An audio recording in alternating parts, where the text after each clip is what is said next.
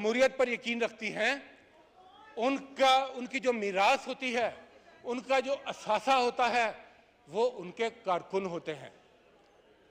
और माजी में भी जिन सियासी पार्टियों के कारकुनों की जिन्होंने इज्जत की, वो सियासी पार्टियां जमहूरी पार्टियां कहलाई। आज तहरीक इंसाफ के कारकुनों के साथ जो सलूक हो रहा है, मैं इस फ्लोर पे ये कहना चाहता हूं, क्या वो किसी जमहूरी माशरे के शायाना शान है?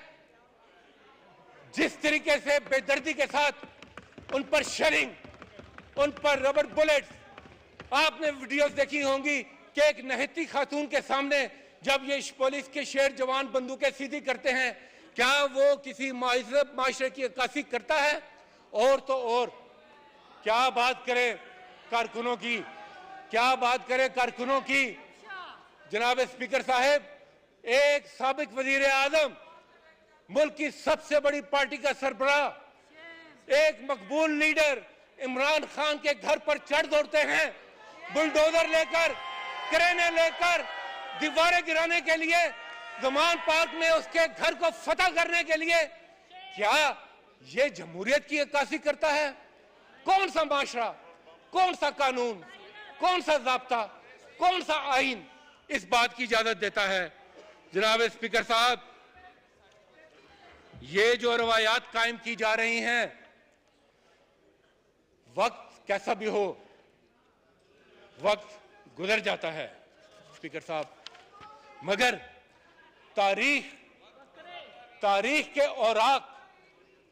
के औराक किसी को माफ नहीं करते, अच्छे काम भी और बुरे काम भी। स्पीकर साहेब, आप जितना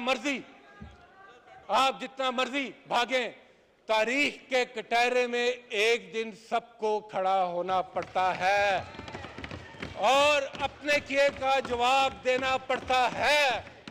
यहां पर जो भी मसनद में आया, उसने अपने आप को खुदा समझा, मगर तारीख ने सबका असली चेहरा दुनिया के सामने लेकर आई। स्पीकर साहब, जो जुल्म, बर्बरियत, फस्तायत हमने पिछले दिनों खुसूसन पंजाब में देखी, जहां पर एहतजाज करने वालों को दहशतगर्द कहा गया, यहां तक कि जो पख्तून थे, जब पंजाब में आप पख्तूनों पर उंगली उठाएं और उनको कहें कि ये जो भी पख्तून है ये दहशतगर्द है, तो आप क्या खिदमत कर रहे हैं इस मुल्क की? वो पख्तून भाई जिनकी कुर्बानी क्या में पाकिस्तान से शुरू होती है। पहली कुर्बानी उन्होंने रेफरेंडम में कायदे आज़म के कहने पर पाकिस्तान के लिए वोट दिया था, और आज के दिन तक वो अपना खून दे रहे हैं इस मुल्क की सालमियत के लिए, दहशतगर्दी के खिलाफ। आप उन पर ड्रोन भी मारें, आप उनको कत्ल भी करें, आप उनका खून भी बहाएं, अगर नहीं तो बहता देखें, और फिर भी उनको आप दहशतगर्द कहें, मैं समझता हूं ये किसी तरह भी कौमी वकार के मुनासिब नहीं है। स्पीकर साहब, वहां पर इन हालात में आप निगरान हुकूमत का रवैया देखें। आइन क्या कहता है कि निगरान हुकूमत एक महदूद मुद्दत के लिए, एक महदूद इख्तियार के साथ सिर्फ और सिर्फ इलेक्शन कराने के लिए है, इससे ज्यादा उसका कोई मैंडेट नहीं। मगर हमने वहां देखा कि वहां पर निगरान वजीर आला बैठकर कहते हैं कि हम हाथ तोड़ देंगे। मैं वजीर आला साहब को कहना चाहता हूं, आप हाथ ना तोड़ें, आप हाथ जोड़ें कि जो जुल्म किया है आपने इस कौम के साथ। वहां पर कहते हैं मईशत को इन्होंने जिस हाल पे पहुंचा दिया, मगर स्पीकर साहब, मईशत को इन्होंने जिस हाल पर पहुंचा दिया और अवाम की आंखों में धूल झोंकते हैं, इस रमजान के महीने में धूल झोंकते हैं, कहते हैं मुफ्त आटा। ये मुफ्त आटा जिंदगी का घाटा बन चुका है। देखें लोगों के साथ क्या हो रहा है, कितनी जानें गई हैं, कोई जान से गया, किसी की दस्तार गई, किसी की चादर खिंची, किसी की इज्जत मिट्टी में रुंध गई। कई हमारी माए बहनें मीलों की तारों में अपनी इज्जत नफ्स को एक तरफ रखकर आटे की एक बोरी के लिए खड़ी हैं और कहीं पर भगदड़ के अंदर वो कुचले जा रहे हैं। यह है आपका मुफ्त आटा, यह है आपकी गवर्नेंस, यह है आपकी दरियादिली। दूसरी तरफ एक दिन पेट्रोल की सब्सिडी का ऐलान करते हैं, जरा सी झाड़ पड़ती है IMF से तो झाग की तरह बैठ जाते हैं। यह है आपकी गवर्नेंस। स्पीकर साहब, यह मुल्क नहीं चल रहा इस तरह, यह मुल्क इस तरह नहीं चल सकता। जरूरत इस बात की है कि हम अपने जाती सियासी मफादात को एक तरफ रखते हुए कौमी मफाद के लिए बात करें। और सदर मुमलिकत का खत भी इसी सिलसिले की एक कड़ी है। वो रियासत के आईनी सरबराह हैं, वो इस पार्लियामेंट का हिस्सा है। पार्लियामेंट कंप्लीट होती है सदर के ऑफिस के साथ, वो खामोशी से बैठे आइन की धज्जियां बिखरती देखते रहे, कानून की खिलाफ वर्जी देखते रहे, ह्यूमन राइट्स की वायलेशन देखते रहे, और वो इतना भी ना कहें कि आईनी और कानूनी नुकात भी ना उठाएं, वो इस तरफ तवज्जो भी ना दिलाएं, वो ये भी ना कहें कि आईनी रास्ता अपनाएं। उस पर भी आप नाराज हो जाते हैं, उस पर भी उनके खिलाफ एक महाज खड़ा हो जाता है। तो मैं समझता हूं कि ये कोई मुनासिब बात नहीं। और स्पीकर साहब, सियासी पार्टियां सियासी एक्टिविटीज करती हैं, सियासी पार्टियां रिस्क भी लेती हैं अवाम में जाने का, और वो अवाम के साथ अपना रिश्ता नहीं तोड़ती। और माजी में हमने ये मिसालें देखी हैं। तहरीके इंसाफ एक नई मिसाल आज कायम कर रही है, इससे पहले भी पार्टियों ने ये मिसालें और अच्छी मिसालें कायम की हुई हैं। मैं ये नहीं कहता कि इससे पहले कुछ भी नहीं था, मगर मुझे फख्र यह है कि इमरान खान की क़यादत में तहरीके इंसाफ इस सियासी जद्दोजहद को एक नई मंजिल पर पहुंचा चुकी है। मीनार पाकिस्तान जैसी जगह का इंतखाब होता है जलसे के लिए, कोई किसी जगह कॉर्नर मीटिंग नहीं, एक दफा नहीं, दो दफा नहीं, कई मरतबा, और हर मरतबा अपना ही रिकॉर्ड तोड़ते हैं। मगर स्पीकर साहब, एक सियासी पार्टी कहती है कि हमने जलसा करना है मीनार पाकिस्तान, हम देखते हैं कि क्या खलबली मच जाती है। हर तरफ कंटेनर्स, दाखिली खारजी रास्ते बंद, लाहौर जैसा शहर, हर गली बंद। गूगल मैप उठा के देख लें, हर गली बंद, हर सड़क बंद।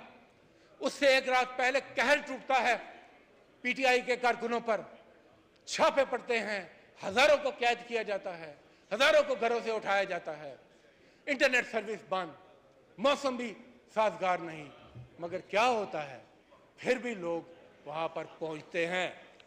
क्यों? इसलिए कि वो समझते हैं कि किसकी कॉल है, एक कायद की कॉल है जिसके पैगाम को वो सच्चा मानते हैं। इमरान खान की कॉल होती है तो लोग पहुंचते हैं। कोई जज्बा, कोई जुनून, उसको कोई रुकावट नहीं रोक सकती। और स्पीकर साहब, प्लीज तकरीर सुने। Leader of the opposition senate बोल रहे हैं, तो मैं समझता हूं सुकून से आप लोग तकरीर सुने। क्यों पहुंचते हैं, यह समझना चाहिए इंतजामिया को कि आप सोचों पर पहरे नहीं बिठा सकते, आप जुनून और जज्बे को कैद नहीं कर सकते, आप इश्क को बेड़ियां नहीं पहना सकते। आप सियासी मुकाबला सिर्फ सियासी मैदान में कर सकते हैं, इंतजामी तरीके से, ताकत के इस्तेमाल से नहीं कर सकते। यह समझने वाली बात है और कोर्स करेक्शन की जरूरत है। लोग जोक दर जोक आते हैं, इसलिए कि इमरान खान जो कॉल दे रहा है वो गुलामी का रक्स नहीं सिखा रहा, वो आजादी की बात कर रहा है, वो भीख मांगने की तलकीन नहीं कर रहा, वो खुदी और खुददारी की बात कर रहा है, वो अपनी बात नहीं कर रहा, वो लोगों की बात कर रहा है, वो अपनी पार्टी से ज्यादा अपने मुल्क की बात कर रहा है। यही वजह है कि लोग उसकी बात सुनते हैं, उसकी बात में असर है, उसकी कॉल में असर है और मैदान जहां पर भी वो कॉल देता है लोग पहुंच जाते हैं। आखिर में स्पीकर साहब, मैं ये कहना चाहूंगा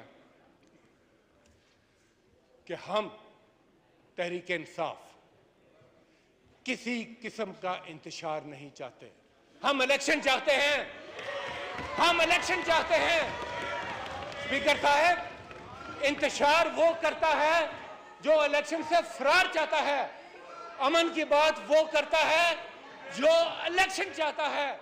हम अमन की इलेक्शन की बात करते हैं और यहां पर फसाद और इंतशार बर्पा करके इलेक्शन से भागने के रास्ते ढूंढे जा रहे हैं। स्पीकर साहब,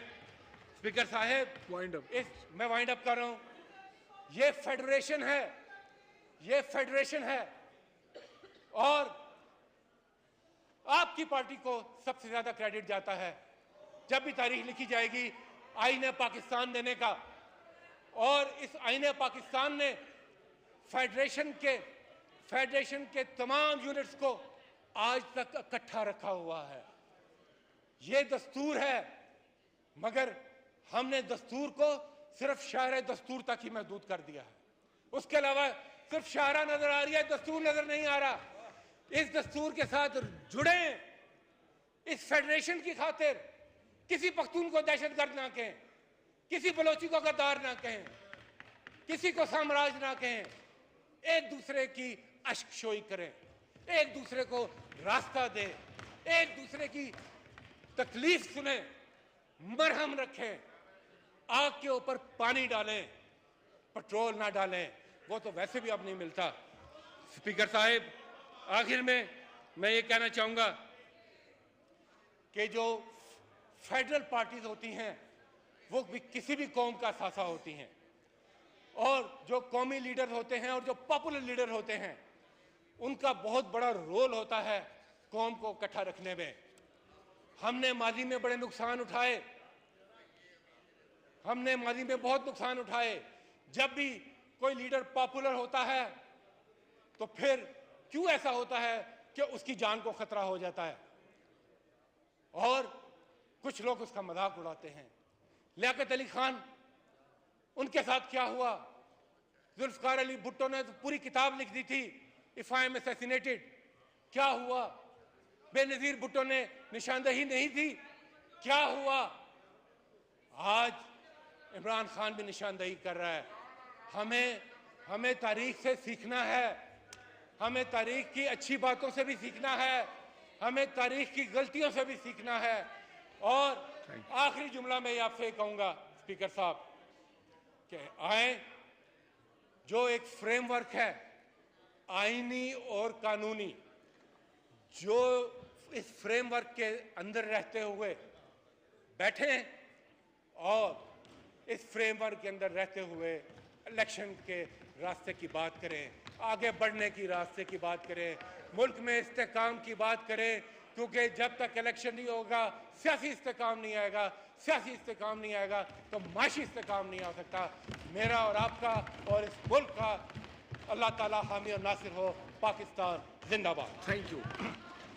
ख्वाजा मोहम्मद आसिफ साहब।